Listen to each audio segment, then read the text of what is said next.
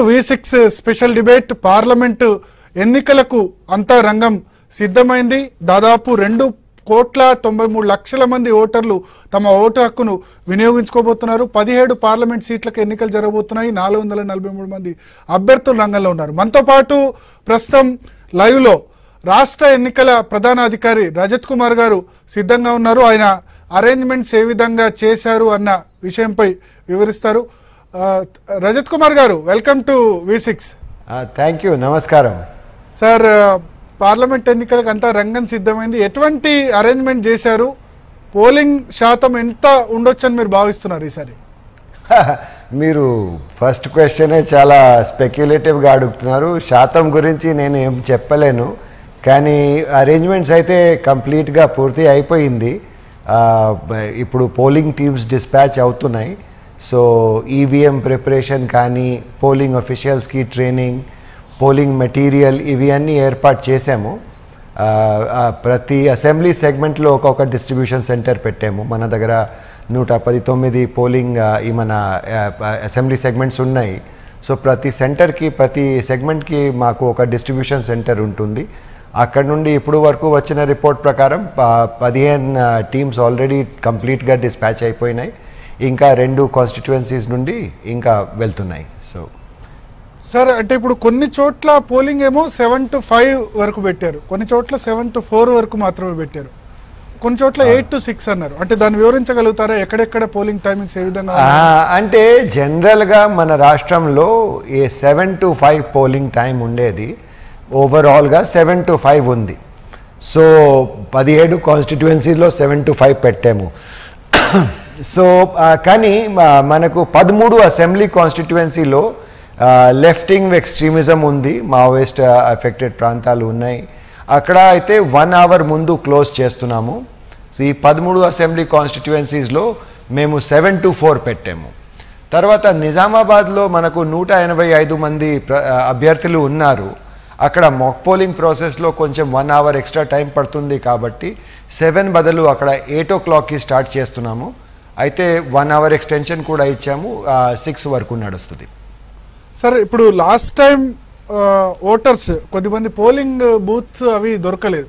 So ఒక as a ఓటర్కు మీరు ముఖ్య అధికారిగా ఓటర్ ఏం చేయాలి? రేపు ఉదయం ఏం చేయాలి? పోలింగ్ బూతులు దొరకడం, చాలామంది లాస్ట్ మినిట్లో పోలింగ్ బూతులు దొరకలేదు, లేకపోతే మా ఓటు ఎక్కడ ఉందో దొరకలేదు అంటారు. సో వాళ్ళకి ఇవాళ మీరు ఇచ్చే సూచన ఏంటి? ముందు అయితే లాస్ట్ మూమెంట్లో చెక్ చేయకూడదు. నాకు వచ్చిన రిపోర్ట్ ప్రకారం దాదాపు 99% ఫోటో ఓటర్ స్లిప్లు పంచడం జరిగింది. అయితే అందరికీ ఫోటో ఓటర్ స్లిప్లో కూడా చెప్తాము ఎక్కడ పోలింగ్ స్టేషన్ ఉంది, దారి కూడా దాంట్లో గూగుల్ మ్యాప్లో చూపిస్తున్నాము, బ్యాక్ సైడ్లో ఉంటుంది. కానీ లాస్ట్ మూమెంట్లో కూడా మీకు డౌట్ వస్తే మీ దగ్గర 2-3 ఆప్షన్స్ ఉన్నాయి. ఒకటి 1950 మా హెల్ప్ లైన్ ఉంటుంది. 1950కి కాల్ చేసి నాకు ఈ డౌట్ ఉంది, మా పోలింగ్ స్టేషన్ లొకేషన్ ఎక్కడ ఉంది అడిగితే మీకు హెల్ప్ చేస్తారు. అక్కడ మన అంటే కాల్ సెంటర్ లాగా పెట్టాము. సో మీకు కాల్కి రెస్పాన్స్ వస్తుంది. అంటే వాళ్ళకి ఏం డీటెయిల్స్ ఇవ్వాలి సార్? 1950 కాల్ అంటే మీ ఎపిక్ నంబర్ ఇస్తే ఎపిక్ నంబర్ ద్వారా సెర్చ్ చేయవచ్చు. లేకపోతే మీ కాన్స్టిట్యుయెన్సీ, మీ పేరు చెప్తే కొద్దిగా టైం ఎక్కువ పడుతుంది. ఎపిక్ కార్డ్ డీటెయిల్ ఇస్తే ఇమీడియట్గా చెప్పగలుగుతారు. సార్, ఇప్పుడు example voting slips, voter slip కనుక లేకపోతే ఓటు వేయొచ్చా? అది లేకున్నా మన ఓటు ఎక్కడ ఉందని తెలుసుకోవడం ఎట్లా? ఒక నిమిషం, నేను ముందు ఫస్ట్ మీ అర్లియర్ క్వశ్చన్కి ఆన్సర్ నేను చెప్పాను. 2-3 అంటే ఆప్షన్స్ ఉన్నాయి. అయితే ఫస్ట్ ఆప్షన్ 1950 కాల్ చేయవచ్చు. రెండవది మీరు నా ఓట్ యాప్ ఉంది. నా ఓట్ యాప్ ఇప్పుడు డౌన్లోడ్ చేస్తే నా ఓట్ యాప్లో కూడా మీరు చెక్ చేయవచ్చు. And third thing is CEO Telangana వెబ్సైట్కి వెళ్ళి www.https://ceotelangana.nic.in.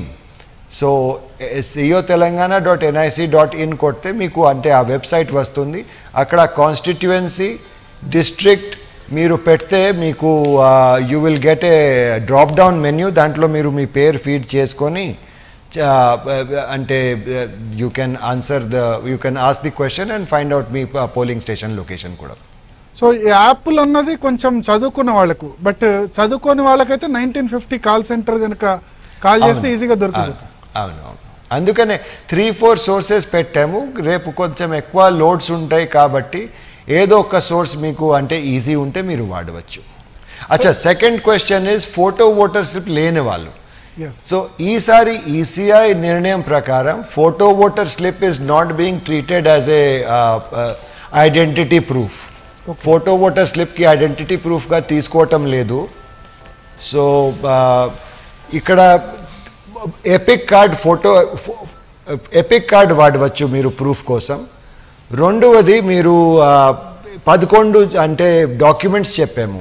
For example me passport, me Aadhaar card, bank ద్వారా ఇచ్చిన పాస్బుక్ ఫోటోతో పాస్బుక్ అయితే అది కూడా వాడవచ్చు.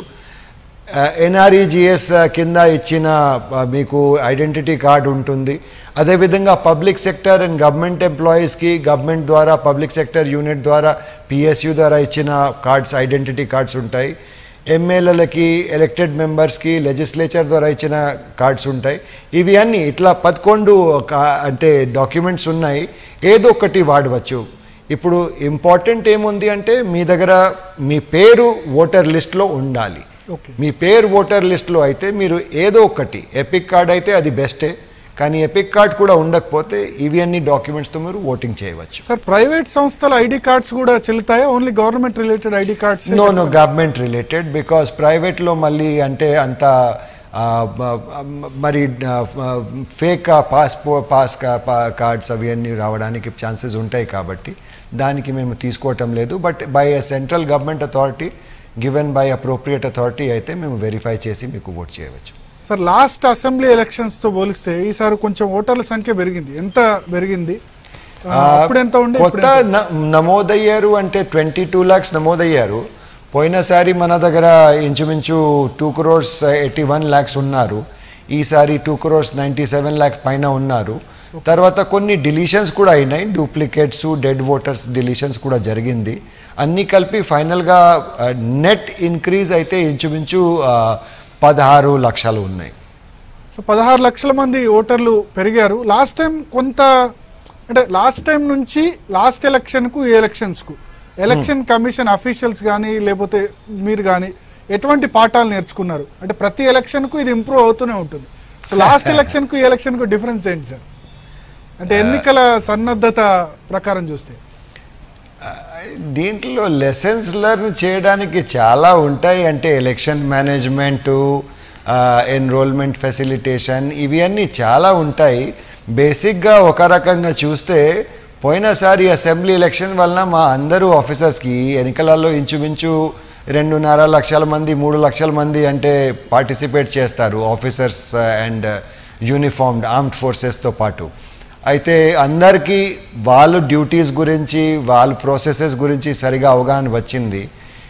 మీకు తెలుసు ఈ మన ఎన్నికల ప్రాసెస్ అయితే చాలా టెక్నికల్గా చాలా లీగల్గా ఉంటుంది. అంటే లాస్ ఉంటాయి, గైడ్ లైన్స్ ఉంటాయి, అది కరెక్ట్గా ఫాలో చేయాలి. అదేవిధంగా మనకు టెక్నికల్ చాలా అంటే ప్రొసీజర్స్ ఉంటాయి. ఈవీఎం సెట్టింగ్ అప్ తీసుకోండి. ఈవీఎం సెట్టింగ్ అప్లో మరి ఎట్లా సెటప్ చేయాలి, మాక్ పోలింగ్ అయిన తర్వాత ఏ బటన్ కొట్టాలి, ఇవి అన్నీ అంటే it is a technical sophisticated machine ఉంది కదా. సో పోయినసారి మొత్తం లెర్నింగ్ ప్రాసెస్ కూడా జరిగింది. అండ్ ఈ లెర్నింగ్ ప్రాసెస్లో మేము ఒక మంచి ఎలక్షన్స్ కూడా కండక్ట్ చేసాము. సో ఈసారి ఇంకా చక్కగా చేస్తారు అని నమ్మకం ఉంది. సార్, లాస్ట్ టైం కంపేర్ చేసుకుంటే సిటీస్లో చాలా తక్కువ ఓటింగ్ నమోదవుతుంది, రూరల్ ఏరియాస్లో చాలా ఎక్కువ ఉంది.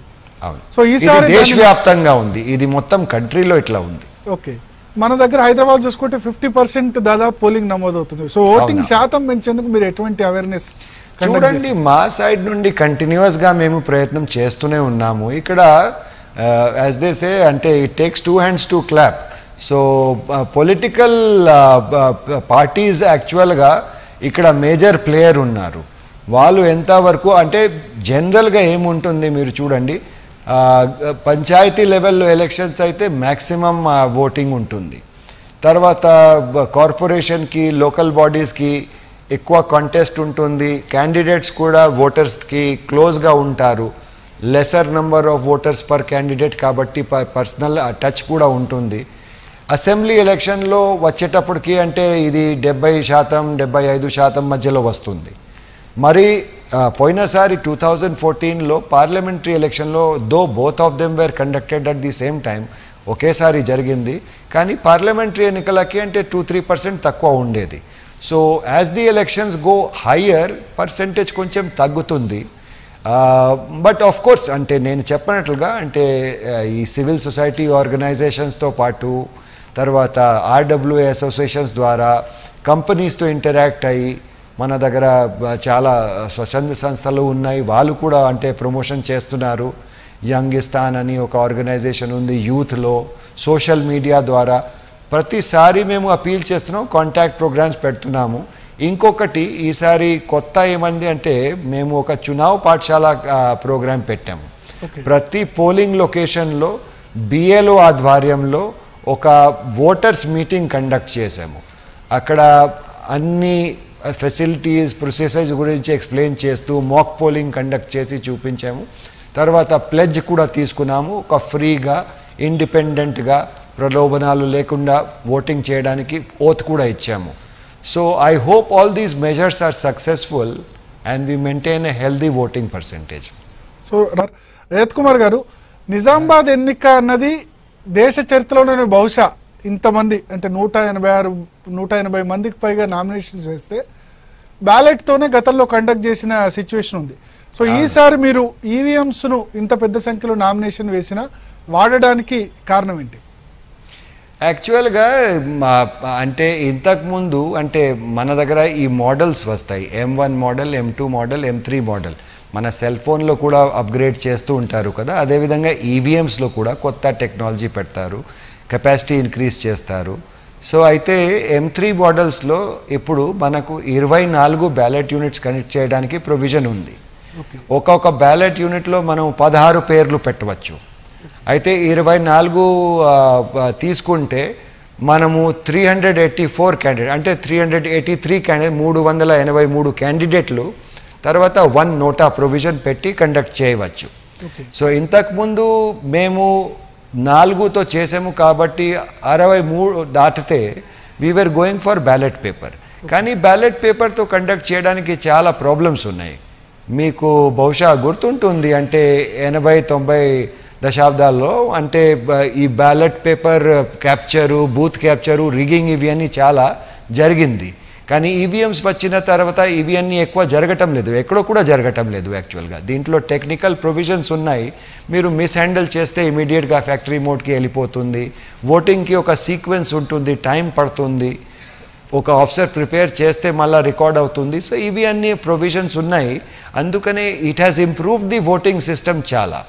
సో అంటే కేవలం రిగ్గింగ్ను అరికట్టేందుకే ఇక్కడ కూడా మీరు ఈవీఎంస్ వాడుతున్నారు అంటే నేను ఒక ఎగ్జాంపుల్ చెప్పాను. బ్యాలెట్ పేపర్ మీద ఈవీఎంకి ఏం అడ్వాంటేజ్ ఉంది, తర్వాత కౌంటింగ్లో ఎఫిషియన్సీ ఉంటుంది, యాక్యురసీ ఉంటుంది, ప్రాసెస్ తొందరగా కంప్లీట్ అయిపోతుంది, రకరకాలు ఉన్నాయి, చాలా టెక్నిక్.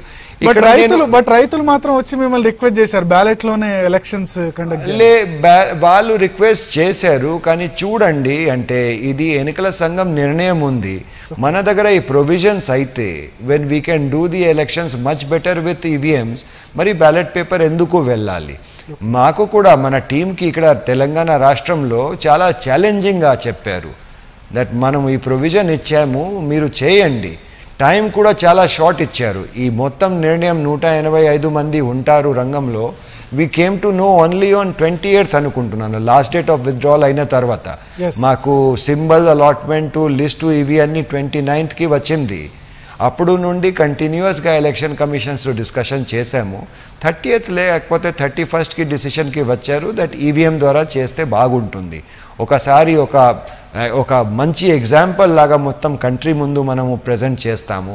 ఇది దేశంలో మొదటిసారి అంటే మేము 4 బ్యాలెట్ యూనిట్స్ కంటే ఎక్కువ వాడుతున్నాము. So lot of work has gone in to it and it's a very good experiment. మీరు చూడండి, దీనివల్ల మనకు యాక్చువల్గా ఒక మంచి అంటే రెస్ట్ ఆఫ్ ది కంట్రీకి ఒక మంచి మోడల్ లాగా ఉంటుంది నేను అనుకుంటున్నాను. సో నిజామాబాద్ ఎలక్షన్స్ మీకు కూడా పర్సనల్గా ఛాలెంజ్ అనుకోవచ్చా? తప్పకుండా. ఇది అంటే ఎలక్షన్స్లో ఛాలెంజెస్ చాలా ఉంటాయండి. డైలీ ఒక్కొక్క ఛాలెంజ్ వస్తుంది. ఎంతమంది అంటే 3 కోట్ల మంది కోసం అన్ని చోట అన్ని ప్రకారం అంటే ఏర్పాటు చేయాలి అంటే ఇట్ ఈస్ ఛాలెంజింగ్ ఓన్లీ. కానీ నిజామాబాద్లో ఛాలెంజింగ్ అంటే వాల్యూమ్ ఆఫ్ వర్క్ బాగా. సో అంటే మీరు if you want me I will give you, మీకు నంబర్స్ కూడా ఇస్తాము. ఇంచుమించు 27,000 మషీన్లు వచ్చినాయి మాకు. ఓకే. అండ్ ఇవి అన్నీ మేము అంటే 2nd, 3rd రిసీవ్ చేసాము. ఓకే. 5 days లోపల 7th నైట్ వరకు మాకు టైం ఇచ్చారు. అన్ని మషీన్స్ కంప్లీట్ అంటే వచ్చిన తర్వాత ఫస్ట్ లెవెల్ చెకింగ్ ఉంటుంది, తర్వాత ఒక మాక్ పోల్ ఉంటుంది. మాక్ పోలింగ్ చేసిన తర్వాత కరెక్ట్ మషీన్స్తో మనం క్యాండిడేట్ సెట్టింగ్ చేస్తాము. మళ్ళీ ఒక 2nd లెవెల్ ర్యాండమైజేషన్ ఉంటుంది. తర్వాత మేము ఒక హయ్యర్ లెవెల్ మాక్ పోలింగ్. ఆ తర్వాత ఈ మొత్తం ప్రాసెస్ సీసీటీవీలో క్యాప్చర్ చేస్తూ పొలిటికల్ పార్టీ రిప్రజెంటేటివ్ ముందు చేయాలి. సో అందుకనే this work had to be completed in 4 or 5 days. నార్మల్గా ఒక్క మషీన్కి సరే ఏం ప్రాబ్లం రాలేదా? ఇప్పటి వరకు ఏం ప్రాబ్లం రాలేదా? ఇప్పటి వరకు మీరు చేసిన లేలే ప్రాబ్లమే కాదు. టైం ముందు మా టీం కంప్లీట్ చేశారు. అక్కడ 600 మంది ఇంజనీర్స్ BEL వాళ్ళు ఇచ్చారు. So it was a very challenging కానీ చాలా సాటిస్ఫైయింగ్గా జరిగింది. సార్ ఇంకొకటి, నిజామాబాద్ సంబంధించి ఓటర్ కొంత కన్ఫ్యూజ్ గారా? ఎందుకంటే ఎప్పుడు ఒక మిషనో లేదా 2 మిషన్లు ఉండేవి. ఇన్ని మిషన్స్ ఉంటాయి కదా, ఓటర్ కన్ఫ్యూజ్ కాడంటారు వరుసగా దాదాపు? ఏం కన్ఫ్యూజన్ ఉంటుంది అంటే ఆయన క్యాండిడేట్ కావాల్సిన క్యాండిడేట్ ఎక్కడ ఉన్నారు ఈ 12లో, అంతే కదా. ఓకే. అంటే ఇప్పుడు దాని మిషన్ కొంచెం చాలా దూరం ఉంది, అది కనబడడం కూడా కష్టం అంటున్నారు కదా నిజామాబాద్. కాదు, మీరు చూడండి, నార్మల్గా మేము ఒక స్ట్రేట్ టేబుల్ మీద సెంటర్లో వీవీప్యాట్ పెడతాము, CU పెడతాము, 2 సైడ్లో BUs ఉంటాయి. ఈసారి మేము L షేప్లో అరేంజ్ చేస్తున్నాము. 6 feet ఒక్క సైడ్ ఉంటుంది, 6 feet మధ్యలో ఒక వీవీప్యాట్ ఉంటుంది. Just the same arrangement L షేప్లో ఎందుకు పెడుతున్నాం? బికాజ్ స్ట్రేట్గా పెడితే 12 అంటే మాకు ఫీట్లు దొరకవు, కొన్ని గదిలు చిన్న కూడా ఉన్నాయి. So we're making it in an L shape, same arrangement. తర్వాత ఓటర్స్కి కన్ఫ్యూజన్కి ఫెసిలిటేషన్ కోసం అది సొల్యూషన్ ఏముంది, మేము బయట ఒక పెద్ద హోర్డింగ్ పెడుతున్నాము.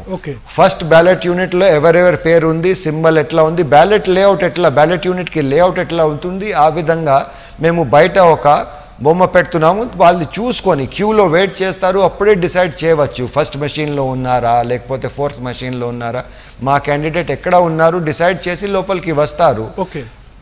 ఈ అరేంజ్మెంట్తో నేను అక్కడ అభ్యర్థులతో 200 మందితో కూడా ఒక అంటే మాక్ పోల్ ఏర్పాటు చేసి చూపించాము. ఎవరికి ఏం కన్ఫ్యూజన్ రాలేదు. వాళ్ళకి ఒక డౌట్ ఉండేది అంటే ఇంత పెద్ద దీంట్లో ఎక్కువ టైం పడుతుంది, ఎక్కువ టైం కూడా పడలేదు. యాక్చువల్గా 1 hour టైం ఇచ్చాము, 45 minutesలో కంప్లీట్ అయిపోయింది. So I don't think that there will be any problems. Sir ఒక కాలర్ తీసుకుందాం, ఎందుకంటే చాలా మంది ఓటర్స్ కూడా వెయిట్ చేస్తున్నారు. వాళ్ళు శ్రీనివాస్ గారు సూర్యాపేట నుంచి సిద్ధంగా ఉన్నారు. శ్రీనివాస్ గారు అడగండి మీ ప్రశ్న రజత్ కుమార్ గారిని. గుడ్ ఈవినింగ్ సార్, నా పేరు శ్రీనివాస్ అండి. చెప్పండి శ్రీనివాస్ గారు. నమస్కారం సార్, నాది భువనగిరి పార్లమెంట్ నియోజకవర్గం సార్. సార్ నేను జస్ట్ హైదరాబాద్ లో వర్క్ చేస్తాను. 2 days బ్యాక్ నుంచి మా విలేజ్కి వచ్చాము. నాయకులు ఇట్లా ర్యాలీ అంటూ తీసి జనాలను తీసుకెళ్లి పైసలు పంచడం అనేది పబ్లిక్ జరిగిపోతుంది మన భువనగిరిలో, భువనగిరి పార్లమెంట్ నియోజకవర్గం మొత్తం. చూసారా ఇట్లా జరుగుతుంది? మీరు చూసారా? తీసుకోవట్లేదు. సారీ, ఈ రాజకీయ నాయకులు అనేది బయట ర్యాలీ తీసుకుంటూ జనాలకు పైసలు పంచడం అనేది మీకు తెలిసి జరుగుతుందో జరుగుతుందో తెలియదు, కానీ మీరు ఎలాంటి చర్యలు తీసుకోవాలి? ఓకే శ్రీనివాస్ గారు, మీ ప్రశ్న అర్థమైంది. రజత్ కుమార్ గారు ఆయన స్పెసిఫిక్ గా అడుగుతుంది ఏంటంటే మనీ పవర్ చాలా ఎక్కువ ఉంది. మనీ పవర్ గురించి మనకు స్పెసిఫిక్ కంప్లైంట్ ఇస్తే ఇమీడియట్ గా చూడండి, రాష్ట్రంలో మొత్తం ఈ రోజుకి మేము ఇంచుమించు 69 కోట్లు సీజ్ చేసాము. అయితే అక్కడ అందుకనే అడిగాము, ఇక్కడ స్పెసిఫిక్ ఇన్స్టెన్స్ లేకపోతే ఆయన పర్సనల్గా చూస్తే నా అభిప్రాయం ఏమిటంటే, అండ్ తర్వాత మీ మీడియా ఛానల్ ద్వారా నా అందరికీ తెలియచేస్తున్నాను, ఈరోజు కూడా అంటే ఇట్లా ప్రెషర్ ఉంటుంది, లాస్ట్ డే ఉంది. మీరు ఎక్కడో కూడా ఇట్లా మీకు కనిపిస్తే మీరు ఇమీడియట్గా విజిల్లో ఫోటో తీసుకొని అప్లోడ్ చేయండి. ప్రతి అసెంబ్లీ కాన్స్టిట్యుయెన్సీలో మినిమం 3 ఫ్లయింగ్ స్క్వాడ్స్ పెట్టాము. స్టాటిక్ టీమ్స్ కూడా ఉన్నాయి. సి విజిల్లో మీరు లోడ్ చేస్తే డైరెక్ట్గా రిటర్నింగ్ ఆఫీసర్ నుండి ఎలక్షన్ కమిషన్ వరకు ఇమీడియట్గా ఒకేసారి అంటే అప్లోడ్ అయిపోతుంది. ఓకే 30 minutes లోపల మీకు ఫ్లయింగ్ స్క్వాడ్ అక్కడ చేరుతుంది. సో యాప్ వాడని వాళ్ళకు, ఎవరైనా యాప్ వాడరాని వాళ్ళకి ఎటువంటి యాప్ లేని వాళ్ళకి మేము ఎట్లా చెప్దామండి అంటే మళ్ళీ ఫోన్ కాల్ చేయవచ్చు.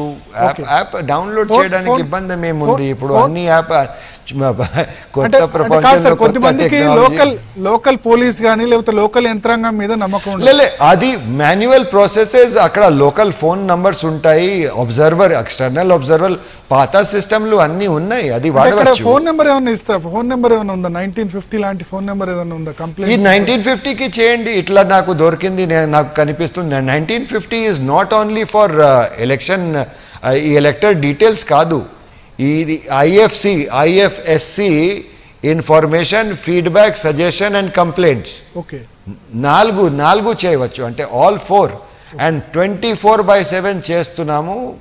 ఇంచుమించు 3 lakh 4 lakh కాల్స్ వచ్చినాయి ఇప్పుడు వరకు. Everything being attended, 100% call back facility. మీ కాల్ పికప్ అవ్వకపోతే 10 seconds తర్వాత, అందరూ బిజీ ఉంటే 10 seconds తర్వాత మీకు కాల్ బ్యాక్ చేస్తారు. సో ఇది ఒక మంచి అంటే సౌకర్యం ఉంది, వాడాలి. కానీ అన్నిటికంటే సి విజిల్ యాప్ మీరు డౌన్లోడ్ చేయగలిగితే దయచేసి, అంటే ఇప్పుడు కూడా డౌన్లోడ్ చేయండి, ఇంకా రాబోయే రోజుల్లో కూడా ఎన్నికలలో ఉంటాయి. It is really a powerful tool. Okay sir, Satyam garu Jagtial నుంచి మనకు ఫోన్ లైన్లో సిద్ధంగా ఉన్నారు. సత్యం గారు అడగండి రజత్ కుమార్ గారిని. ఓకే ఓకే సత్యం గారు చెప్పండి. నమస్తే రంజిత్ కుమార్ గారు. నమస్కారం సార్. నా ఒక డౌట్ ఏంటంటే సార్,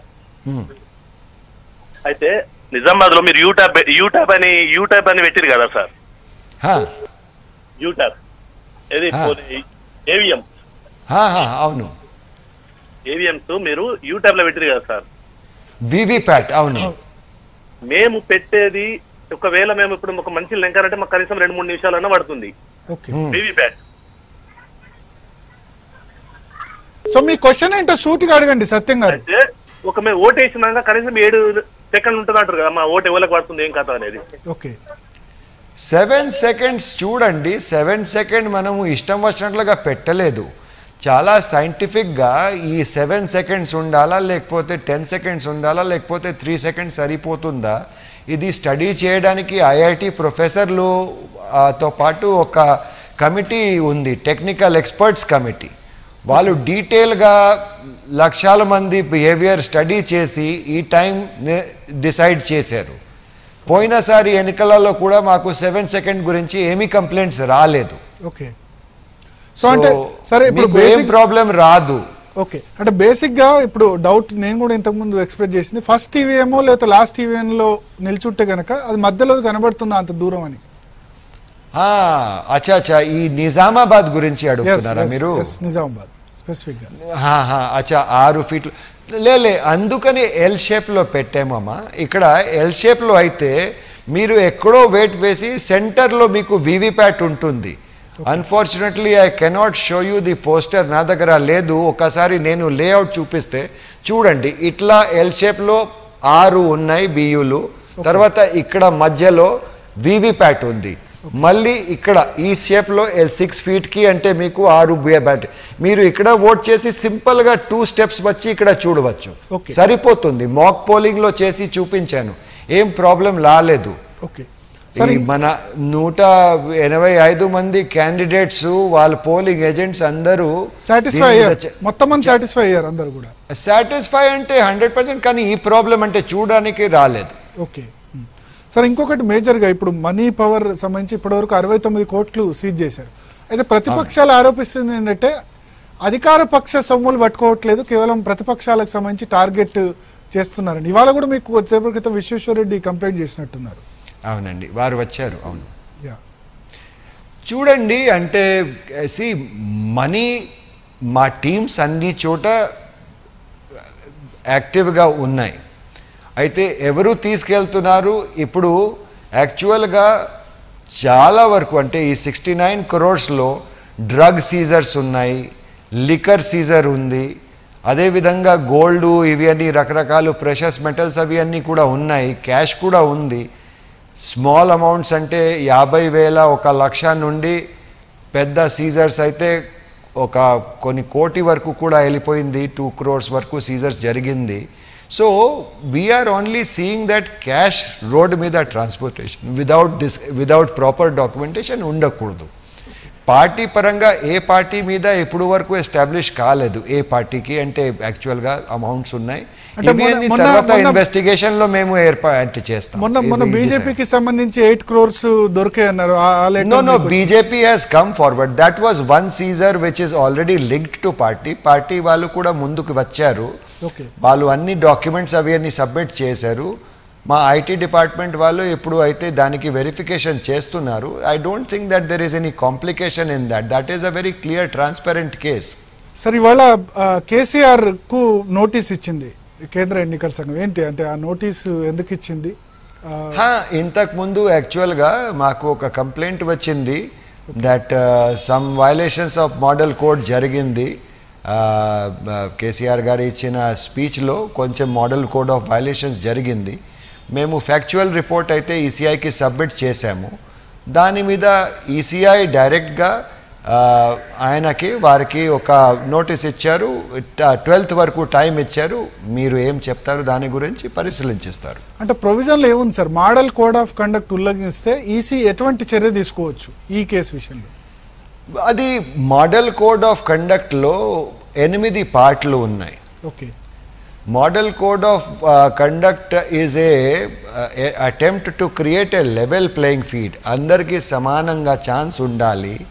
తర్వాత ఒక డీసెంట్ అండ్ డికోరస్ బిహేవియర్, అంటే మతాలు కులాలు ఈ వీళ్ళ మీద దానికి అంటే డివైసివ్ ఫోర్సెస్కి ప్రమోషన్ చేయకూడదు. తర్వాత ప్రొసెషన్లో కూడా ఎక్కువ పాంప్ అండ్ షో అవి అన్నీ ఉండకూడదు. రకరకాలు ఉన్నాయి. Law and order peaceful conduct కోసం కొన్ని ప్రొవిజన్స్ ఉన్నాయి. కొన్నిటికి అంటే లీగల్ బ్యాకింగ్ ఉంటుంది. లీగల్ అయితే మోడల్ కోడ్ వయలేషన్కి అన్నిటికీ అంటే model code representation of people of యాక్ట్లో ఉంది. కానీ IPC backing, Indian penal code కింద కూడా పనిషబుల్ ఆఫెన్సెస్ ఉంటాయి. కొన్ని అయితే ఫర్ ఎగ్జాంపుల్ ఈసీఐ డిసైడ్ చేస్తారు ఎట్లా చర్య తీసుకోవాలి. So various categories of things are there. ఇక్కడ అయితే డైరెక్ట్గా ఈసీఐ పరిశీలించి డిసైడ్ చేస్తారు ఏం చేయాలి. సార్ లాస్ట్ చివర్లో ఓటర్లకు ఎటువంటి మెసేజ్ ఇస్తారు మీరు రాష్ట్ర ఎన్నికల ప్రధానాధికారిగా? రేపు ఓటింగ్ ఉంది. నేను అందరితో కోరుతున్నాను, దయచేసి మీరు తప్పకుండా అంటే పోలింగ్ బూత్కి రావాలి. తర్వాత అక్కడ ఏమి ఇండ్యూస్మెంటు ఇవి అన్నీ డబ్బు ప్రభావం కానీ మద్యం ప్రభావం కానీ ఇవి అన్నీ కాకుండా మన స్వేచ్ఛగా మీకు కావాల్సిన క్యాండిడేట్ కోసం ఓట్ చేయండి. మీరు మంచిగా పార్టిసిపేట్ చేస్తే, ఫ్రీగా ఇండిపెండెంట్గా ఓట్ చేస్తే మీకు కావాల్సిన ప్రభుత్వం వస్తుంది, మీ ఫ్యూచర్ బెటర్ ఉంటుంది. So please do come and vote fairly tomorrow. Right sir, thank you Rajat Kumar గారు V6 స్పెషల్ లైవ్ షోలో జాయిన్ అయినందుకు. మొత్తానికి రజత్ కుమార్ అయితే అప్పీల్ చేస్తున్నారు, ఓటర్స్ అందరూ కూడా తమ ఓటు హక్కు ఖచ్చితంగా వినియోగించుకోవాలి. ఎటువంటి అక్రమాలు లేకపోతే మనీ పవర్ డబ్బులకు సంబంధించి ప్రలోభాలున్నా వాటిని ఈసీ దృష్టికి వెంటనే తీసుకురావచ్చు. విజిల్ యాప్లో కూడా ఆ ఫొటోస్ అప్లోడ్ చేస్తే డెఫినెట్గా ఎన్నికల సంఘం చర్యలు తీసుకుంటుంది అని రజత్ కుమార్ స్పష్టం చేస్తున్నారు. ఇది రజత్ కుమార్తో special live show. Stay tune to V6.